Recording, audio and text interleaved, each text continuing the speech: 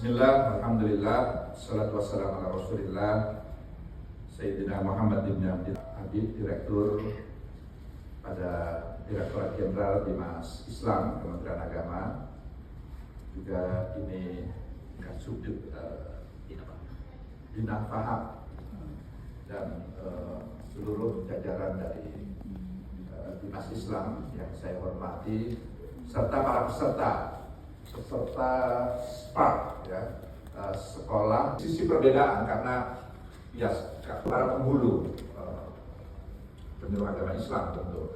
Nah, kalau ditanyakan kepada kita apa sebenarnya makna perbedaan itu, karena Tuhan tidak hanya sebatas karena manusia. Kalau ditanyakan kembali, sebenarnya apa sih yang Tuhan kehendaki?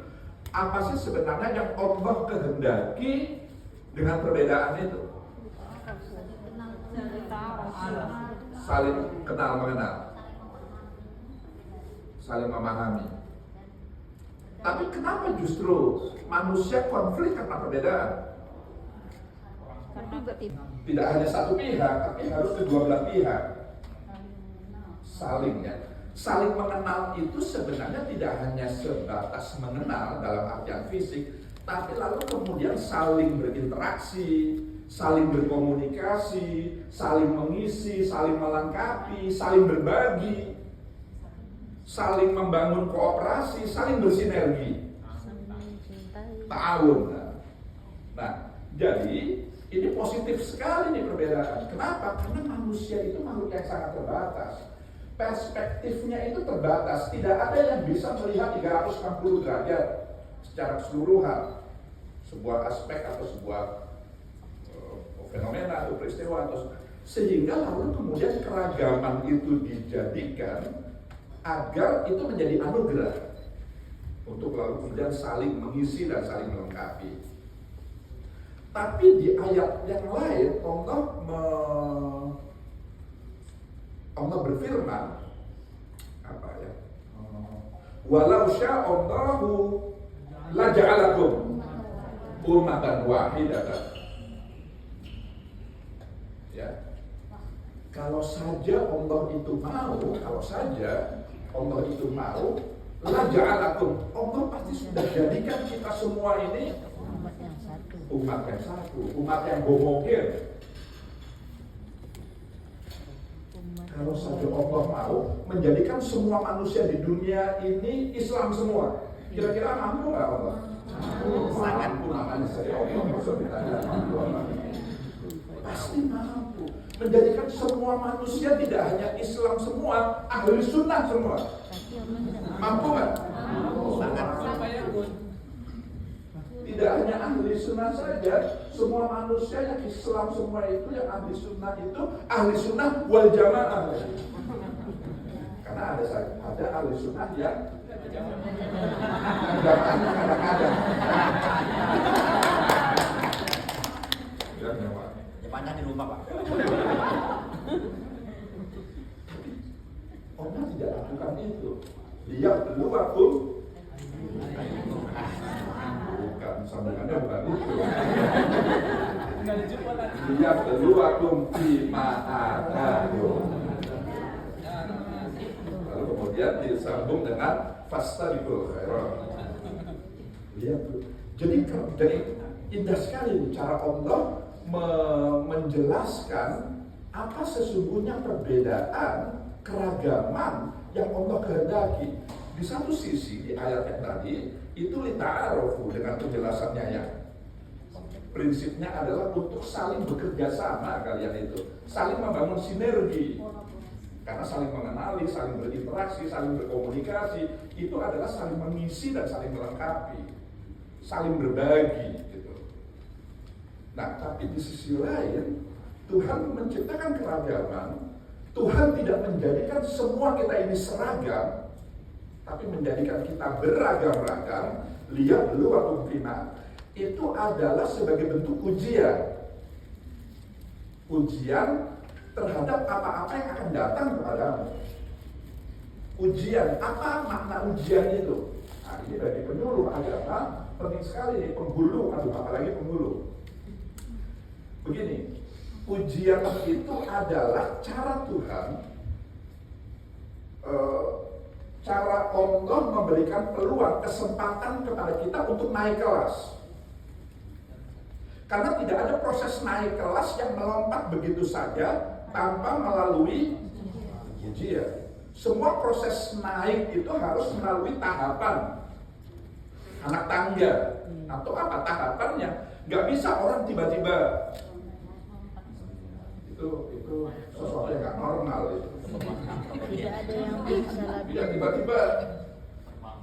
Jadi maksudnya naik kelas itu adalah meningkat kapasitas dan kualitas kemanusiaan kita. Kita ini kan manusia yang punya dua fungsi secara integratif gitu, menjadi satu kesatuan meskipun bisa dibedakan tapi nggak bisa dipisah-pisahkan, sebagai Abdullah dan sebagai Khalifatullah kan gitu. Maka harkat derajat martabat kemanusiaan itu harus senantiasa meningkat, naik kelas. Cara untuk menaikkan derajat martabat dan harkat kita itu dengan memberikan ujian supaya ada kesempatan untuk naik kelas. Kalau kita nggak dapat ujian, ya nggak akan pernah bisa naik kelas. Nggak pernah ujian kok. Naik kelas kan nggak mungkin. Hanya orang-orang yang lulus ujian sajalah yang dia naik kelas. Apa bentuk ujiannya? Perbedaan. Jadi perbedaan itu juga hakikatnya positif. Itu wujud rahman dan rahimnya Allah. Kasih sayang Allah kepada kita yang ingin memberikan kesempatan, peluang kepada kita untuk naik kelas. Maka diberikan ujian, diberikan cobaan. Bentuknya perbedaan. Begini, saya sampai jam berapa di sini aja? Sekarang jam berapa? Ruangan ini nggak ada jam ya? Nggak ada Pak, nggak ada jam. Sampai jam berapa Pak? Jam 12-an. Oke. Begini, ajaran agama itu, ajaran Islam itu secara sederhana bisa dibagi ke dalam dua bagian, dua kategori, dua klasifikasi. Yang pertama, bagian yang pertama itu yang universal, yang inti, yang pokok, yang usuli ya, yang inti, yang universal. Di mana ajaran-ajaran agama yang masuk ke dalam wilayah universal ini, usuli ini, dia akan diyakini kebenarannya oleh semua manusia di dunia tanpa terkecuali. Apapun latar belakang dari manusia itu, apapun rasnya, etnisnya, suku bangsanya, jenis kelaminnya, warna kulitnya, agama yang dianutnya, nggak peduli manusia itu agamanya apa. Bahkan orang tidak beragama sekalipun, orang tidak beragama, agnostik misalnya, atau ateis misalnya, tapi kalau dia menghadapi ajaran-ajaran agama yang usuli, yang inti, yang pokok, yang universal, dia akan meyakini, ya ini ajaran kebenaran. Gak ada keraguan sama sekali. Apa itu? Banyak di sini. Apa kira-kira ajaran Islam yang universal itu apa? Adanya Tuhan. Adanya Tuhan. Ateis nggak percaya ada Tuhan. Berbuat baik pada Kebaikan, Kebaikan, berbuat baik, keadilan, kasih sayang, kemanusiaan. Itu inti-inti pokok. Agama hadir, pesan kuatnya, pesan utamanya itu untuk memanusiakan manusia, menjaga, melindungi harkat derajat martabat kemanusiaan. Itu pesan kuat agama. Apalagi tadi keadilan. Semua orang pasti sepakat, setuju dengan menegakkan. Nggak ada orang sepakat yuk kita runtuhkan saja yuk keadilan. Ya ada. Menegakkan keadilan. Persamaan di depan hukum. Itu inti pokok ajaran agama. Maka praktek diskriminatif itu selalu tertolak oleh agama. Karena pesan kuat inti pokok ajaran agama itu adalah persamaan di depan hukum. Agama tidak pernah membeda-bedakan. Anda anak raja atau anak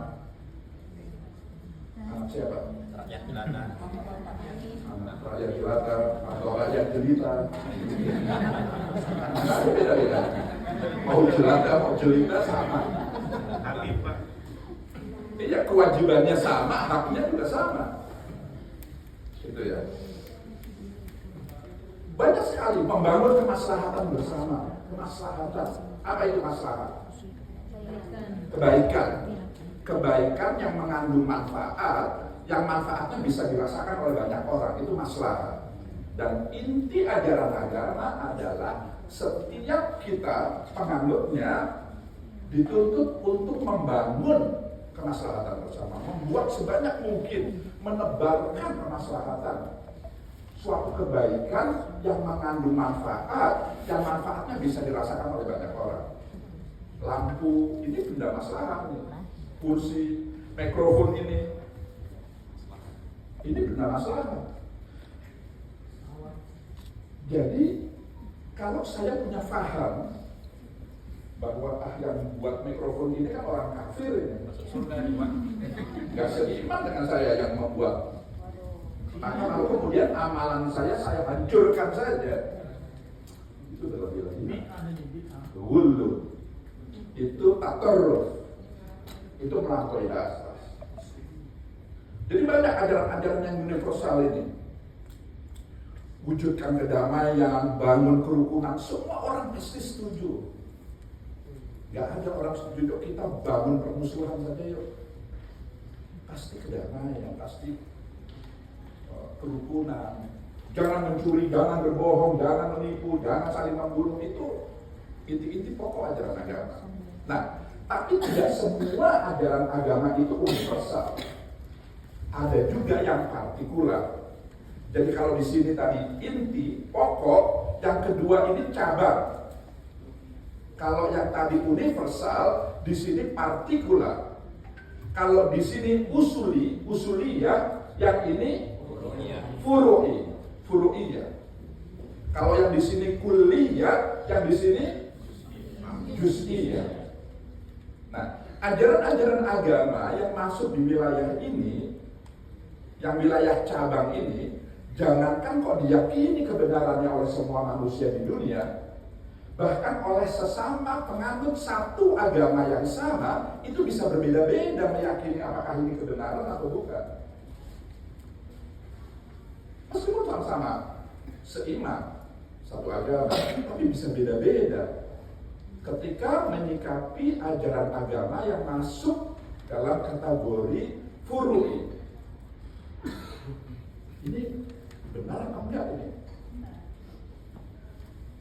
Kunut dalam sholat subuh itu bagaimana sebenarnya? Subuh yang benar itu yang pakai kunut atau yang nggak pakai kunut? Jaga sholat saja. Sholat itu kan jawaban. Kan pertanyaan saya, coba cermati pertanyaan saya. Pertanyaannya itu adalah subuh yang benar itu yang pakai kunut atau yang nggak pakai kunut? Dua-duanya benar. Masa jawabannya yang nggak sholat subuh? Nggak nyambung dong. Itu beda-beda tuh. Beda-beda banyak. Dan itu tidak hanya monopoli ajaran Islam, semua agama. Liturgi dalam gereja, liturgi itu apa ya? Liturgi itu ritual, tata cara ritual keagamaan. Iya. Nah, sambil berdoa yang baik itu dengan nyanyi-nyanyian atau tidak perlu pakai nyanyi-nyanyian, liturginya, tata cara beribadah. Kalau pakai nyanyi-nyanyian itu nyanyi-nyanyian yang mengekspresikan kegembiraan, sukacita, atau justru harus sebaliknya, duka cita yang harus ditunjukkan. Banyak sembahyang di pura, kebaktian di wihara, peribadatan di kelenteng itu beragam-ragam meskipun seagama. Sama seperti kita mau sholat saja, niat saja sudah nggak sama. Sama-sama niat, tapi yang satu berjalan, yang satu isir. Itu aja udah beda. Nanti takbiratul ihram, sama-sama takbiratul ihram, yang satu angkat tangan, yang satu nggak angkat tangan. Wah, banyak sekali lah ajaran-ajaran agama di sini. Nah, begini, ajaran-ajaran agama sebelumnya saya ingin menyegarkan ingatan kita semua bahwa setiap penganut agama itu dia selalu berhubungan dengan teks-teks keagamaan. Teks keagamaan. Pertama, kitab suci, sumber rujukan utama ketika orang mau beragama. Beragama itu dua saja, memahami ajaran-ajaran agama dan mengamalkan ajaran-ajaran agama. Iman dan amal, nah ini bahasa yang lebih populer. Iman dan amal itu dua hal yang meskipun bisa dibedakan, tapi nggak bisa dipisah-pisahkan. Itu satu kesatuan itu. Karena apa yang kita imani kan harus diamalkan. Apa yang kita amalkan harus berdasar pada iman. Nah, itu satu kesatuan. Nah, itu yang dimaksud beragama. Beragama itu memahami dan mengamal. Maka istilah yang digunakan adalah moderasi beragama, bukan moderasi agama. Karena agama gak perlu dimoderasi. Agama itu pasti benarnya, karena dia datang dari yang maha benar. Moderasi Islam itu istilah yang menurut saya kurang tepat. Karena Islam gak perlu dimoderasi. Islam itu ajarannya pasti benarnya. Itu. Nah, yang dimoderasi itu beragama. Cara memahami dan cara mengamalkan. Bagaimana cara kita memahami dan cara mengamalkan ajarannya. Jadi itu yang nah oleh karenanya perbedaan tadi itu di wilayah furu'i, di wilayah cabang itu kan penyebabnya tidak hanya karena manusia tadi yang terbatas, tapi juga karena kehendak Tuhan. Jadi ini sunatullah, sesuatu yang niscaya, yang memang begitulah adanya. Maka cara kita menyikapinya adalah dengan tasamuh saja. Toleransi itu, tasamuh itu adalah kemauan dan kemampuan, mau dan mampu untuk menghargai dan menghormati perbedaan yang ada pada pihak lain. Jadi jangan pernah punya obsesi, punya apa ya? Obsesi itu. Keinginan, harapan, cita-cita, keinginan untuk menyeragamkan wilayah furu'i, nggak akan mungkin bisa, mustahil, karena ini melawan takdir Allah. Karena keragaman ini sunatullah, sunatullah itu nggak bisa dilawan, namanya sunatullah. Maka cara kita ya sudah hargai saja, hormati saja keragaman perbedaan di wilayah ini. Yang menjadi fokus perhatian kita sebenarnya adalah wilayah usuli pada ajaran-ajaran agama itu, yang tidak boleh disimpangi, yang tidak boleh diingkari atas alasan apapun juga. Jadi tadi itu kemanusiaan, keadilan, persamaan di depan hukum, apalagi kemaslahatan, perdamaian, banyak sekali yang semua kita pasti ittifaq, tidak ada ikhtilaf di sini.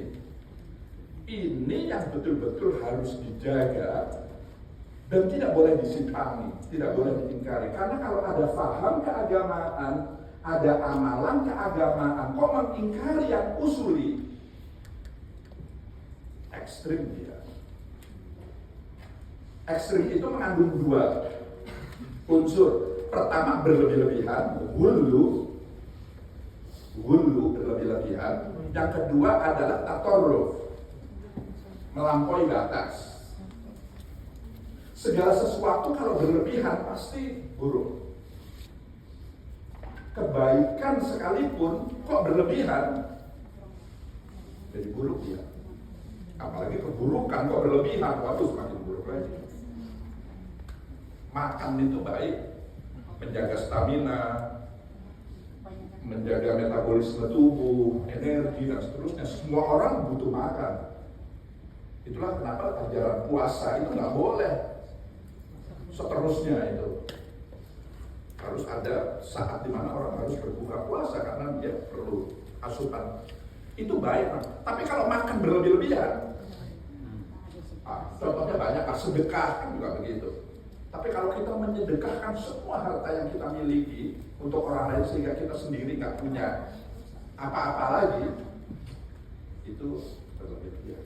Atau sebaliknya, tidak sepeser pun, tidak serupiah pun harta yang saya miliki saya sedekahkan orang lain, itu juga pikir, bakhil, kelewatan, itu juga berlebih-lebihan bakhilnya maksudnya. Jadi berlebih-lebihan, wulu itu sesuatu yang ingin dihindari dari proses moderasi beragama. Nah, yang kedua adalah tatorruf. Torf itu pojok, torf itu sudut. Yang karena dia terlalu di sudut, dia melampaui batas. Segala sesuatu itu ada batasnya. Yang tidak berbatas itu hanya yang di atas sang Khalik, Tuhan yang Maha Kuasa, yang tidak berbatas. Selain Tuhan, semua memiliki batasannya. Maka ketika ada faham keagamaan, apalagi amalan keagamaan kok melampaui batas, ekstrim. Jadi yang ingin dihindari dari proses moderasi beragama itu adalah ekstremitas. Faham dan amalan keagamaan yang berlebih-lebihan atau yang melampaui batas.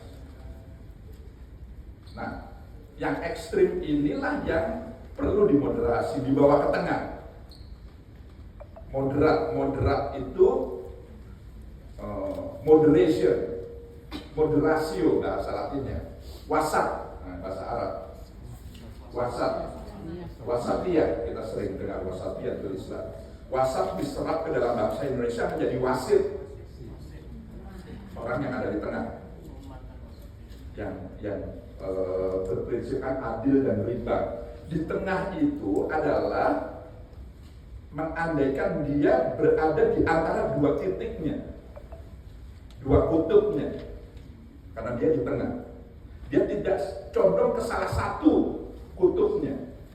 Nah, apa yang dimaksud di tengah itu? Begini, tadi itu ketika orang beragama, dia selalu merujuk kepada teks-teks keagamaan. Karena itu sumber rujukan utama bagi siapapun penganut agama, apapun agama yang dianutnya, dia pasti merujuk kepada sumber rujukan utama. Apa itu? Kitab suci. Dan kitab suci itu bentuknya teks. Tidak cukup hanya kitab suci. Umat beragama juga merujuk kepada ucapan-ucapan, perkataan, tindakan dari orang-orang suci. Setiap agama itu punya orang-orang sucinya masing-masing. Di Islam ada siapa? Dari Muhammad. Bukan Kiai sudah suci. Kiai bisa berbuat salah. Bahaya kalau ada Kiai suci.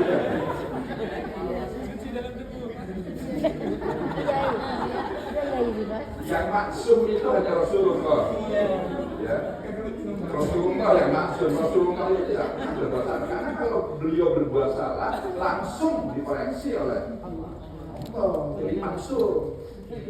Selain Rasulullah,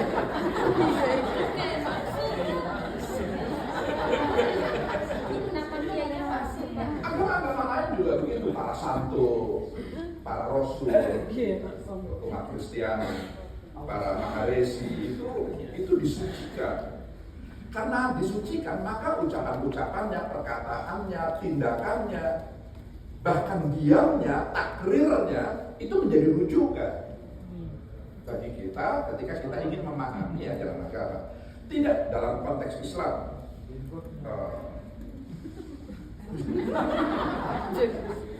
Tidak cukup kitab suci, tidak cukup perkataan, tindakan orang-orang suci.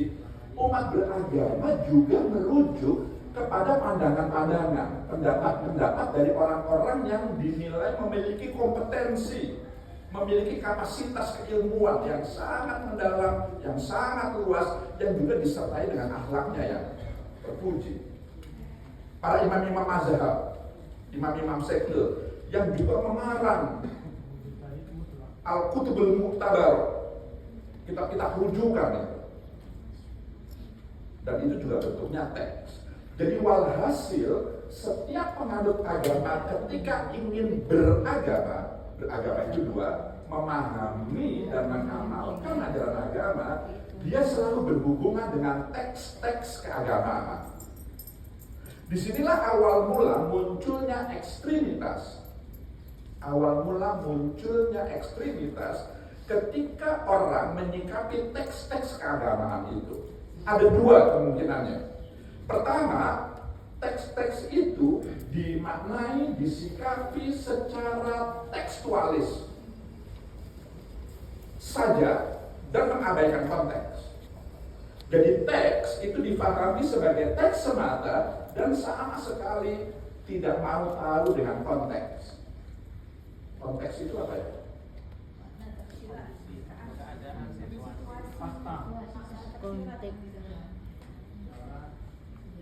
Konteks itu situasi, kondisi yang melatar belakangi atau yang melingkupi sebuah kejadian atau sebuah peristiwa atau sebuah fenomena. Nah, asbabun nuzul, asbabul wurud. Setiap teks itu pasti ada sebab-sebab turunnya. Tidak ada teks yang muncul begitu saja, nggak ada. Tidak ada dia yang hadir di ruang hampa, sama sekali nggak ada. Setiap teks itu selalu memiliki konteksnya. Ayat-ayat dalam Al-Quran itu ada asbabun nuzulnya. Maka ketika ada orang, hadis juga begitu, ada asbabul wurudnya. Maka ketika orang menyikapi teks, disikapi sebagai teks semata, dia nggak peduli konteks. Gak mau tahu asbabun nuzulnya apa, asbabul wurudnya apa, kondisi masyarakat ketika itu seperti apa, dan seterusnya, dia bisa berpotensi menjadi ekstrim ketika inti pokok dari ajaran agama itu disimpangi yang tadi itu, yang universal, yang usuli. Jadi ukuran batasan sebuah faham atau sebuah amalan itu ekstrim atau tidak, berlebih-lebihan atau tidak, melampaui batas atau tidak, ketika ajaran-ajaran agama yang usuli ini diingkari, disimpan. Bukan yang di sini. Kalau di sini beragam-ragam. Siapa yang paling benar di sini? Serahkan kepada Allah. Sholat subuh yang benar itu yang pakai kunut atau enggak? Udah, enggak usah berantem, enggak usah berkelahi untuk merasa yang sudah. Saling hargai, saling hormati. Pria muslim itu yang benar yang pelihara jenggot atau yang boleh enggak berjenggot? Sudah, serahkan saja. Biar Allah nanti ya. Saling hargai, saling hormati. Laki-laki yang benar itu yang celananya cingkrang atau boleh pakai kakinya ditutup, yang pakai jubah, pakai sorban atau yang pakai batik, ini juga dan seterusnya. Jangan memaksakan yang berbeda untuk sama dengan kita, karena paksaan itu sudah pengingkaran terhadap inti ajaran agama. Dalam agama tidak ada paksaan. La ikraha. Jadi, apalagi kalau paksaan itu dengan menggunakan cara-cara kekerasan. Waduh, kekerasan itu semakin mengingkari kemanusiaan. Nah, jadi moderasi beragama itu sangat fokus di wilayah usuli. Jangan sampai ini diingkari, jangan sampai ini disimpangi. Karena tidak ada excuse. Apa itu excuse?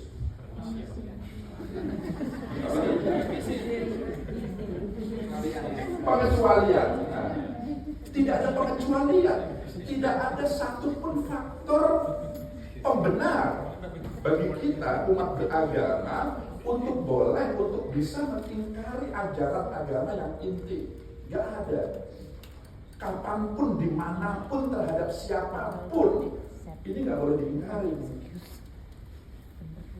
Maka ketika ada yang mengingkari, ada faham keagamaan kok mengingkari yang usuli, ada amalan keagamaan kok mengingkari yang usuli, ekstrim ya, berlebih-lebihan ya, melakukan. Caranya bukan lalu kemudian diekstrim-ekstrimkan, bukan disalah-salahkan, enggak, dia harus dimoderasi, dibawa ke tengah.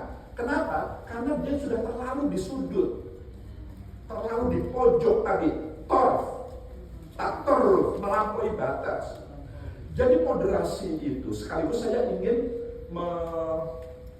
mengoreksi ya kesalahpahaman sebagian kalangan yang lalu kemudian menyalah-nyalahkan moderasi beragama. Oh, ini moderasi beragama ajaran keblinger nih, ajaran sesat nih, ajaran macam-macam. Karena dianggap di tengah itu di antara baik dan buruk. Padahal bukan begitu. Di tengah itu di antara benar dan salah. Juga bukan pengertiannya di tengah itu. Bahkan lebih jauh lagi, ini bagaimana ini moderasi beragama? Masa orang harus diposisikan di tengah di antara yang hak dan yang batil? Semakin salah lagi. Kalau pilihannya yang hak dan batil, ya pastilah kita pilih yang hak. Nggak usah digurui, nggak usah diajari. Akal sehat kita, nurani kita sudah. Kalau pilihannya baik dan buruk, masa kita di tengah? Ya pasti kita pilih yang baik. Benar atau salah, ya pilih yang benar. Di tengah itu bukan begitu pengertiannya. Di tengah itu tadi itu bainat torofain, di antara dua kutubnya yang ekstrim. Ekstrim yang pertama tadi itu yang terlalu tekstualis. Ekstrim yang kedua yang terlalu bebas tanpa batas dalam menyikapi teks-teks keagamaan itu. Terlalu mendewakan nalar, akal pikiran sedemikian rupa bebasnya sehingga tercerabut dari teksnya itu sendiri. Yang dua-duanya, baik yang terlalu tasyadud maupun yang terlalu tasahul, ini dua-duanya mengingkari inti pokok dari ajaran agama. Maka ketika ajaran agama yang usuli ini disimpangi, ekstrim dia, berlebih-lebihan dia, melampaui batas, dan ini yang perlu dimoderasi. Jadi di tengah itu bainat torofail, di antara dua kutubnya yang ekstrim, ketika seseorang menyikapi teks-teks keagamaan, ketika dia ingin beragama itu memahami ajaran agama dan mengamalkan ajaran-ajaran agama. Karena semua amalan keagamaan itu kan basisnya pemahaman keagamaan. Pemahaman keagamaan itu pasti rujukannya kepada teks-teks keagamaan. Teks itu bisa kitab suci, bisa pendapat perbuatan orang-orang suci, bisa pandangan atau pendapat dari para imam-imam, tokoh-tokoh agamawan, para teolog, para ahli-ahli itu yang melahirkan sejumlah buku-buku, kitab-kitab rujukan. Nah, jadi oleh karenanya perbedaan ini sebelum saya buka tanya jawab ya, perbedaan di wilayah furu'i itu sebenarnya positif juga maknanya. Untuk kita lalu kemudian tadi itu lihat luwakum fima atakum, itu bentuk ujian untuk kita bisa naik kelas. Cara Tuhan menguji kita adalah dengan menjadikan keragaman perbedaan di wilayah ini agar jangan pernah ingkari yang inti. Jadi kita bisa sekeras, setajam, sebesar apapun perbedaan kita di wilayah furui, bahkan perbedaan keimanan sekalipun. Kan kalau saja Tuhan mau, Tuhan akan menjadikan kita ini semua seiman semua. Tapi Tuhan tidak lakukan itu. Tidak lakukan, dia belum. Jadi keragaman di sini ini adalah ujian juga. Pertama, maknai dia lita'arofu. Jadi kan ini kita saling ada pandangan begini, ada pendapat begini. Lihat kitab-kitab itu akwal. Sebuah masalah itu selalu dilihat dari beragam. Karena memang beragam perspektif, beragam wawasan keilmuan yang ada pada para ulama, sehingga lalu kemudian pendapat itu bisa beragam-ragam. Itu sebenarnya cara Allah untuk agar kita bisa lengkap gitu, saling melengkapi. Tapi kalau kita nggak bisa memaknai lita'arofu tadi itu, maknai dia sebagai ujian perbedaan itu. Nah, perbedaannya sekeras, setajam, sebesar apapun perbedaan di sini, jangan pernah sampai mengingkari ajaran agama yang itu. Baik, saya harus berhenti dulu sampai di sini. Mungkin ada hal-hal yang perlu diklarifikasi, mungkin atau dikonfirmasi, atau ini nanti ada moderator kita yang akan memimpin dialog kita. Silakan. Terima kasih Pak. Oke. Smartphone, jawabannya sudah sangat spesifik. Smartphone. Kalau saya bertanya kepada semua peserta yang hadir di sini, ada berapa